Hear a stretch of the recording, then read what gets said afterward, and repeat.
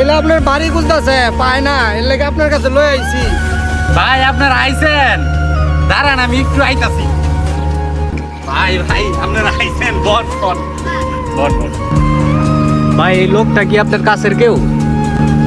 ও ভাই এটা আমার আপন স্বাস্থ্য ভাই, সমস্যা নাই। তাইলে তো আর সমস্যা নাই, আমগর কাজ আমরা শুরু করি।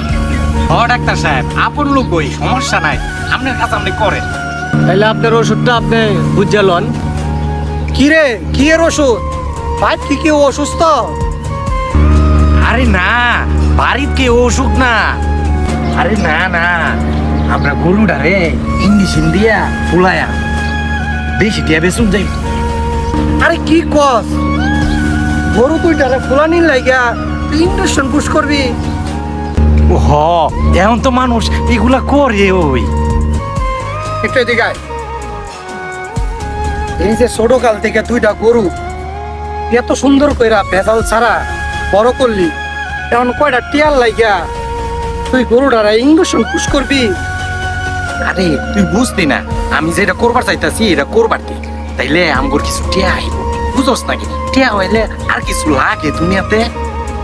এই ছোটকাল থেকে এই দুইটা গরু তুই ভেজাল ছাড়া বড় করলি, আরে এখন কয়টা টিয়াল লুবের আশায় তুই গরুটারে ইঞ্জেকশন পুশ করবি? আরে তুই এত বুঝিস না, সামনে তো কুরবানি ঈদ হই, এটা নিয়ে তো জবই করে খাইবো, আমগর তো কিছু টিয়া আইব, গরুর স্বাস্থ্যটা ভালো হইব। হ্যাঁ, এতে তো তোর কোনো ক্ষতি হইতো না। সামনে যে কুরবানি ঈদ, যারা নিয়ে গরুটারে জব করবো, যারা এই গরু গুস্তটা খাইবো, হ্যাঁ তো ক্ষতি হইব। তুই তো 2 দিন পরে হাটে নিয়ে গরুটারে বিক্রি করে দিবি, যারা গরুটারে কিনবো হ্যাঁ গরুটা যদি ঈদের 2 দিন আগে ময়রা জায়গা, তখন বেড়া গো কেমন লাগবো? এই পাপের ভাগিদার তো তুই হইবি।